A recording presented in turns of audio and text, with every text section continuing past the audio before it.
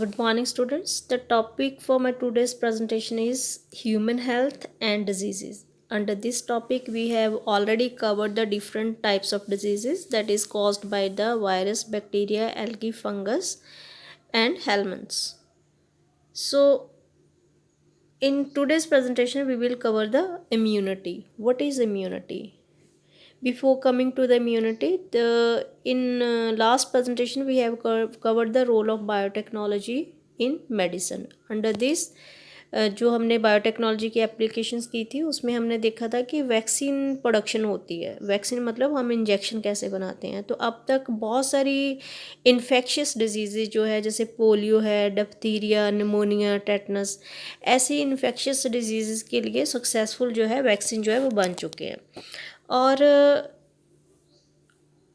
Antibiotics बन चुकी हैं, ड्रग्स बन चुकी हैं, ठीक है, जो कि एंटीबायोटिक्स बहुत सारी प्लांट जिनका सोर्स क्या है प्लांट्स है, प्लांट से आती हैं। तो उनसे हम क्या है इन्फेक्शियस डिजीज़ को ट्रीट कर सकते हैं, कंट्रोल कर सकते हैं।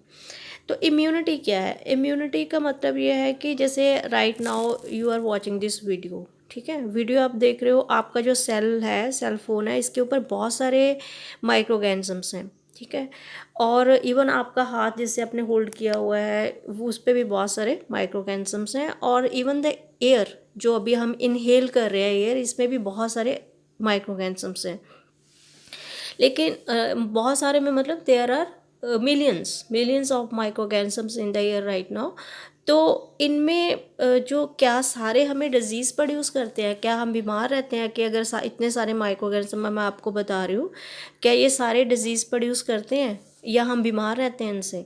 तो इसका मतलब आंसर ये है कि ये सारे जो माइक्रोऑर्गेनिजम्स हैं, पहले तो ये है कि जितने भी माइक्रोऑर्गेनिजम्स हैं they are not bad in nature, मतलब all are not disease causing, सारे डिजीज़ कॉज नहीं करते हैं। अगर कुछ डिजीज़ कॉज करने वाले बैक्टीरिया, वायरस, ठीक है, और एल्गी, फंगस, जितने भी माइक्रोऑर्गेनिज्म हैं अगर हमारे अंदर चले भी जाते हैं लेकिन वो डिज़ीज़ प्रोड्यूस नहीं कर पाते, क्योंकि हमारी बॉडी में क्या है, एक इम्यूनिटी, ठीक है, एक गॉड गिफ्टेड आप कह सकते हैं पावर है हमारी बॉडी में, जिससे कि हमें क्या होता है, जो डिज़ीज़ वो नहीं होती।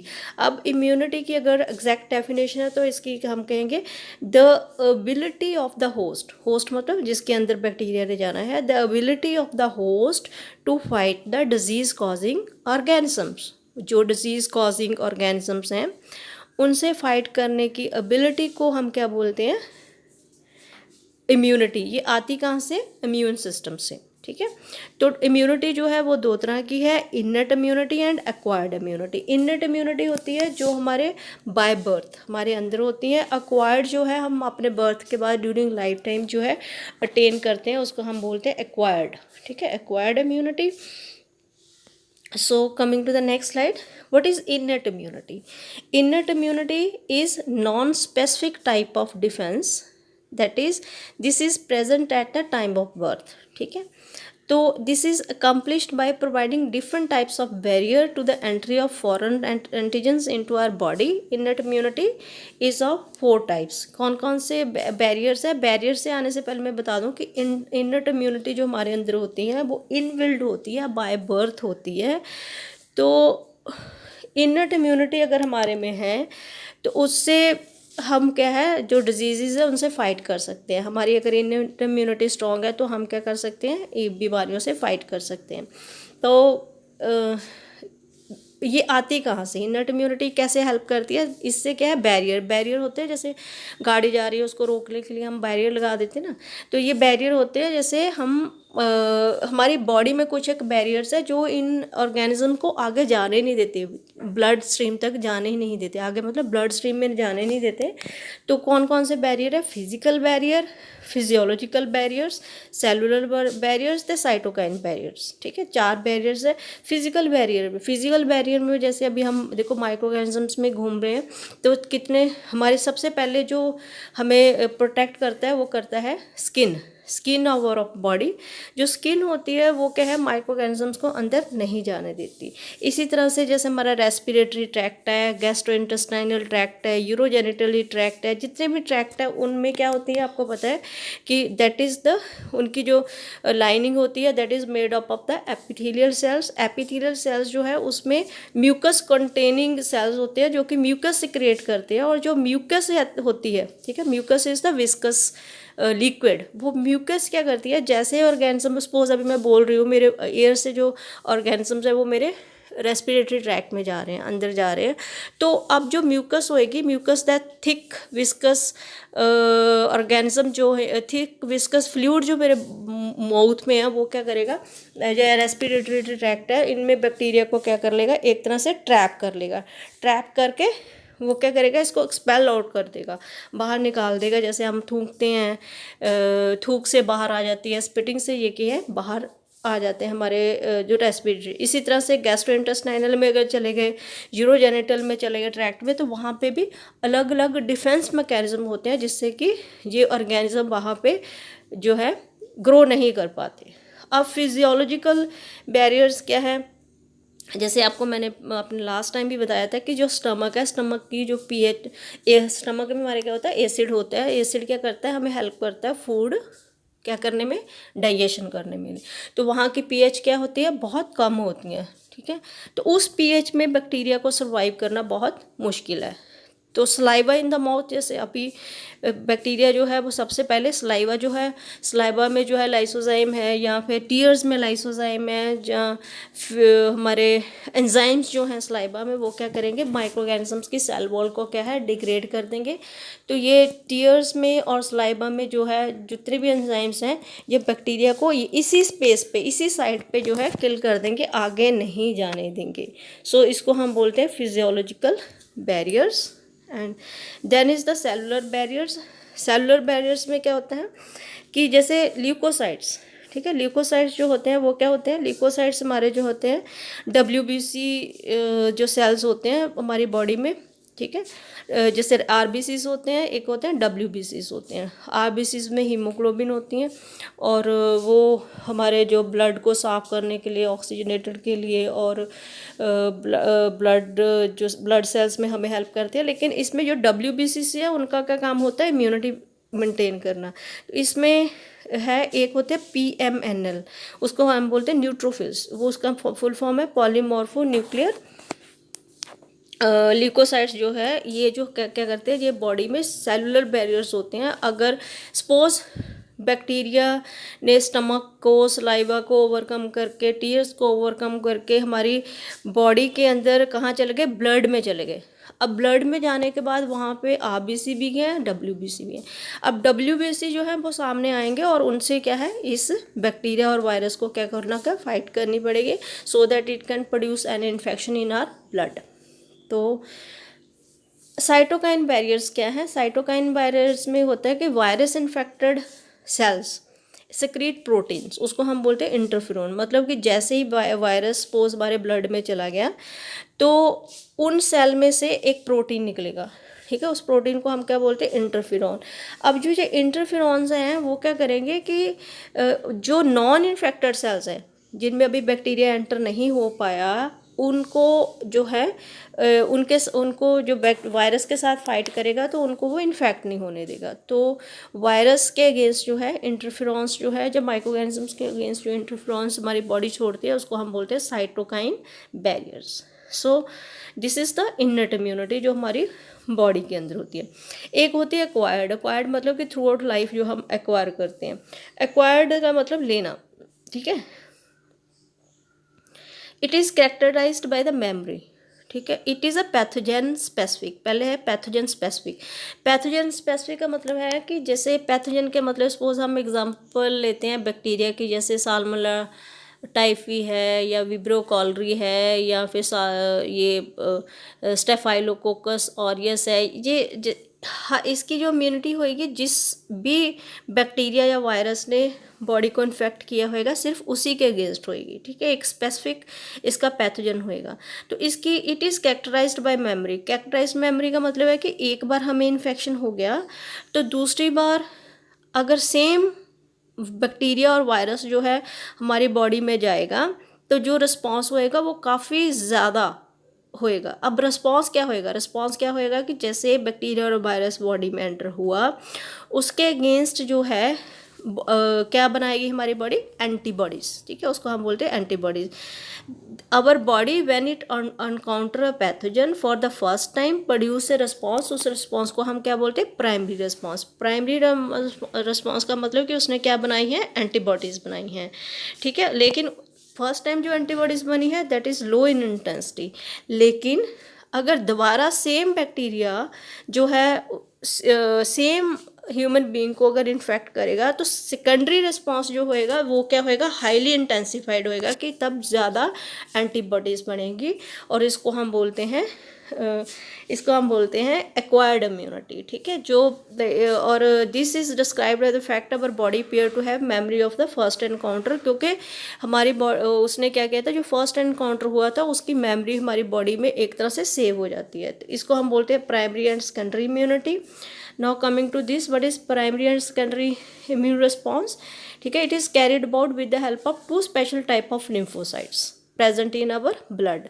तो हमें पहले पता होना चाहिए लिम्फोसाइट्स क्या है। लिम्फो मतलब दो cells which are present in the lymph, ठीक है।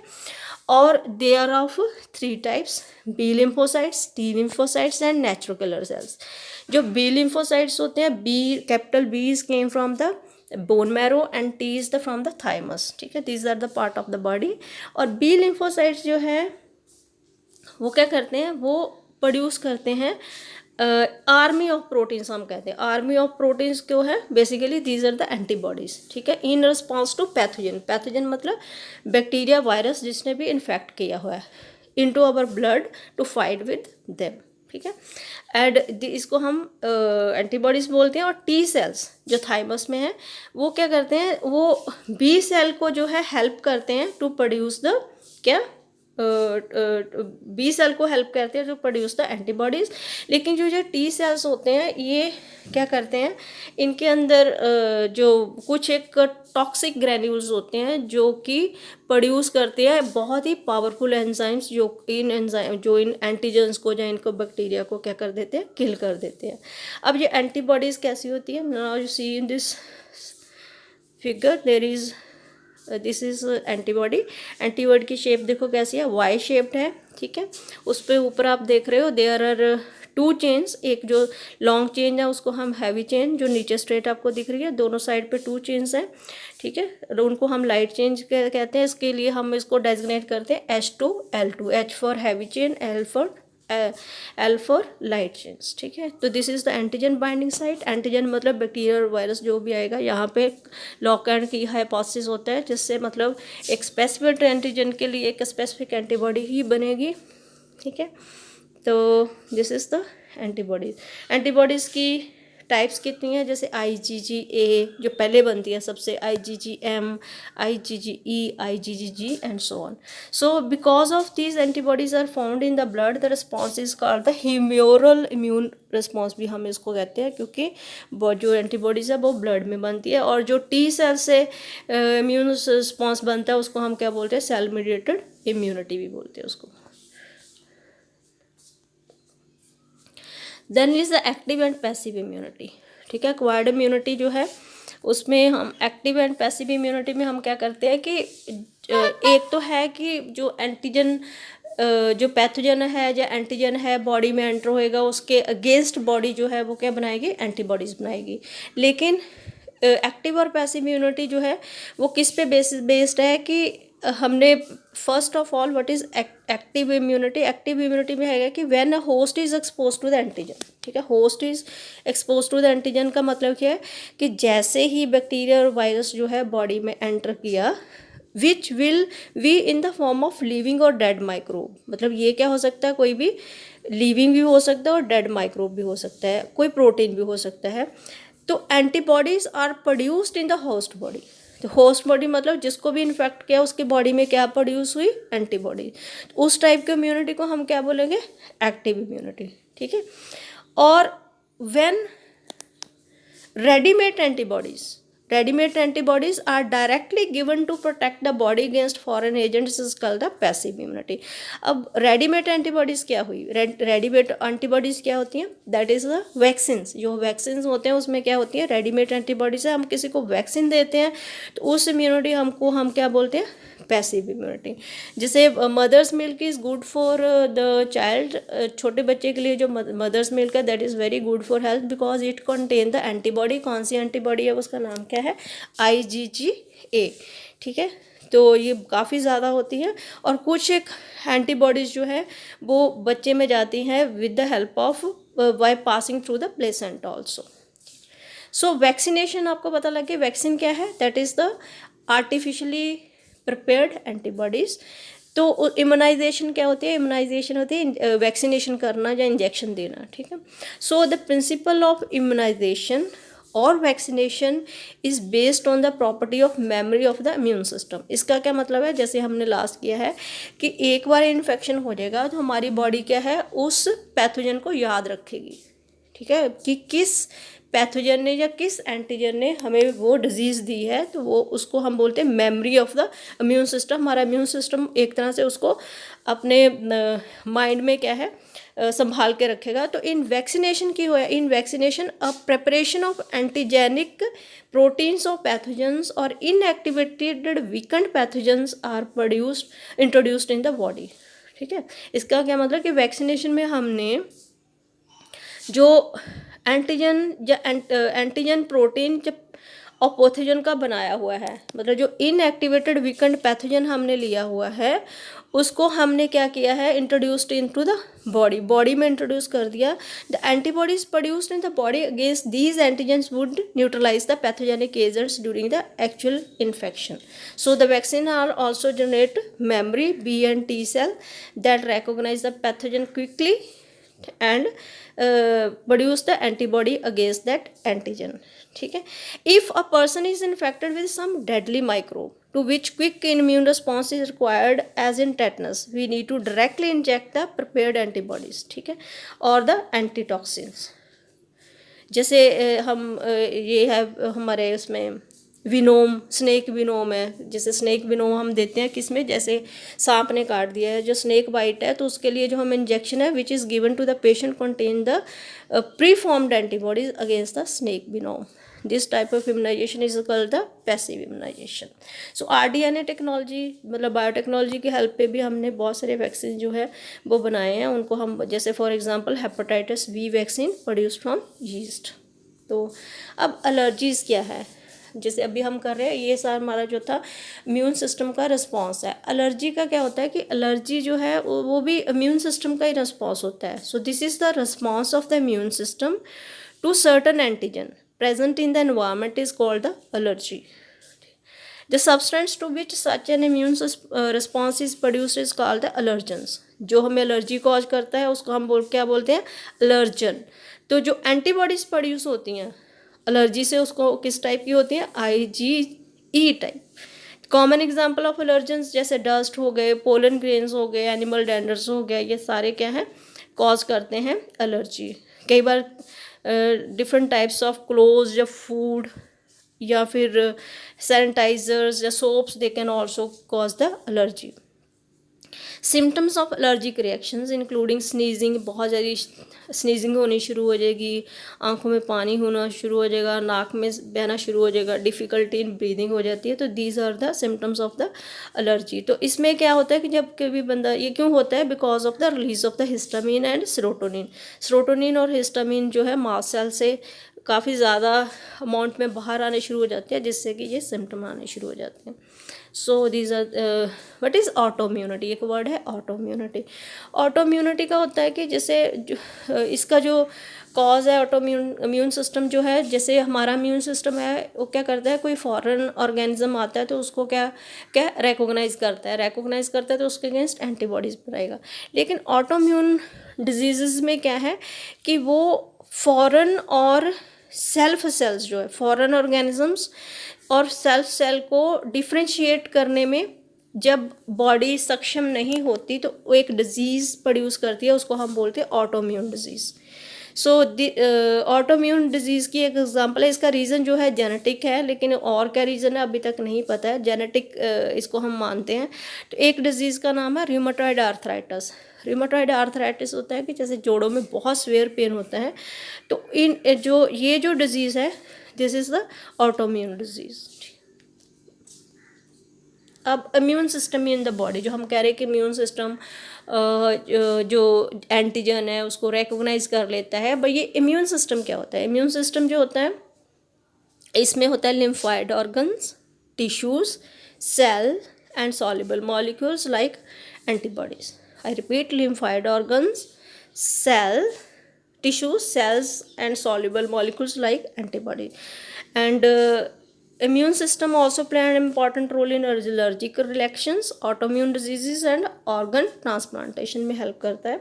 So what are lymphoid organs? Lymphoid organs जो होते हैं, these are the organs where origin, maturation and proliferation of lymphocytes. Lymphocytes मैंने आपको लास्ट बता दिए। सो ये वो वाले ऑर्गन्स है, यहाँ पे लिम्फोसाइट्स क्या है, ओरिजिनेट होते हैं, ठीक है। जैसे टी और बी, टी कहाँ पे हुआ, थाइमस में, और बी कहाँ पे हुआ, बोन मैरो में। तो टी और थाइमस और बोन मैरो क्या हुए फिर, ये लिम्फॉइड ऑर्गन्स। तो प्राइमरी लिम्फॉइड ऑर्गन जो है bone marrow and thymus were immature, where immature lymphocytes क्या है, डिफरेंशिएट होते हैं इनटू एंटीजन सेंसिटिव लिम्फोसाइट्स में। तो आफ्टर मैच्योरेशन लिम्फोसाइट्स कहाँ चले जाते हैं, secondary lymphoid organs. Secondary lymphoid organs कौन से हैं, spleen, lymph nodes, tonsils, pair patches of small intestine and appendix.